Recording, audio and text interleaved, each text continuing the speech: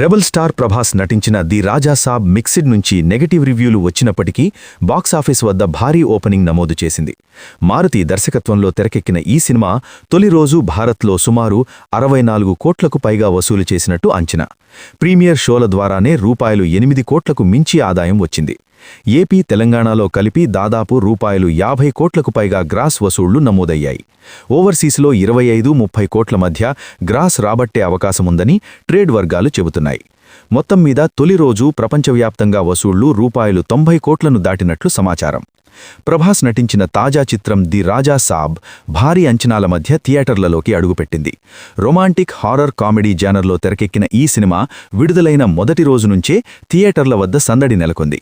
కథ, screen play విషయంలో mixed నుంచి నెగటివ్ రివ్యూలు వచ్చినప్పటికీ ప్రేక్షకుల హాజరు మాత్రం గణనీయంగా కనిపించింది.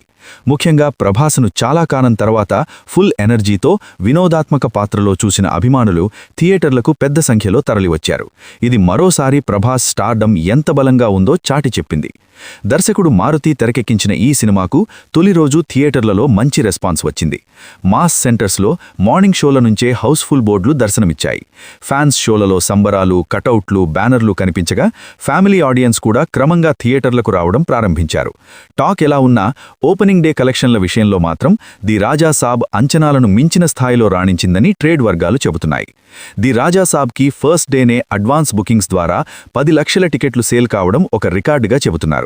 ఈ నేపథ్యంలోనే ప్రీమియర్ షోలతో కలిపి ఈ సినిమా మొదటి రోజే భారీ వసూళ్లు నమోదు చేసింది.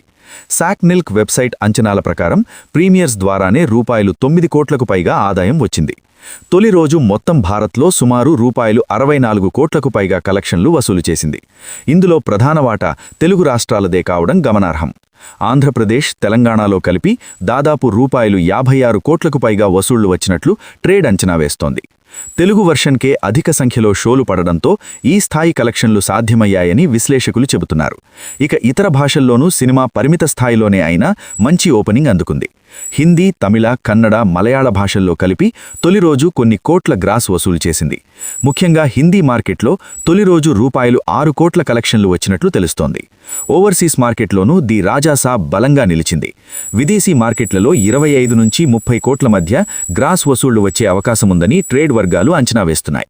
దీంతో తొలి రోజు ప్రపంచవ్యాప్తంగా మొత్తం గ్రాస్ వసూళ్లు రూ90 కోట్లను దాటినట్లు తెలుస్తోంది. తెలుగు రాష్ట్రాల ఫైనల్ లెక్కలు పూర్తిగా వెలువడితే రూ100 కోట్ల మార్క్ను దాటే అవకాశమూ ఉందని టాక్ నడుస్తోంది.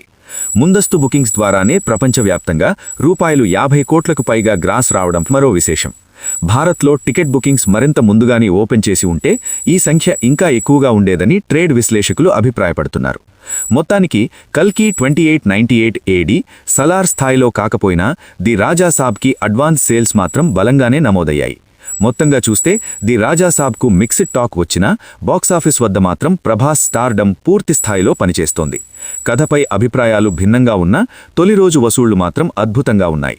Fans support, opening week hype కొనసాగితే ఈ సినిమా మంచి కలెక్షన్ల దిశగా దూసుకెళ్లే అవకాశముందని ట్రేడ్ వర్గాలు భావిస్తున్నాయి. రివ్యూలు ఎలా ఉన్నా ప్రభాస్ పేరు మీద థియేటర్లకు జనాలు వస్తున్నారన్నది మరోసారి స్పష్టంగా కనిపిస్తోందని చెప్పొచ్చు.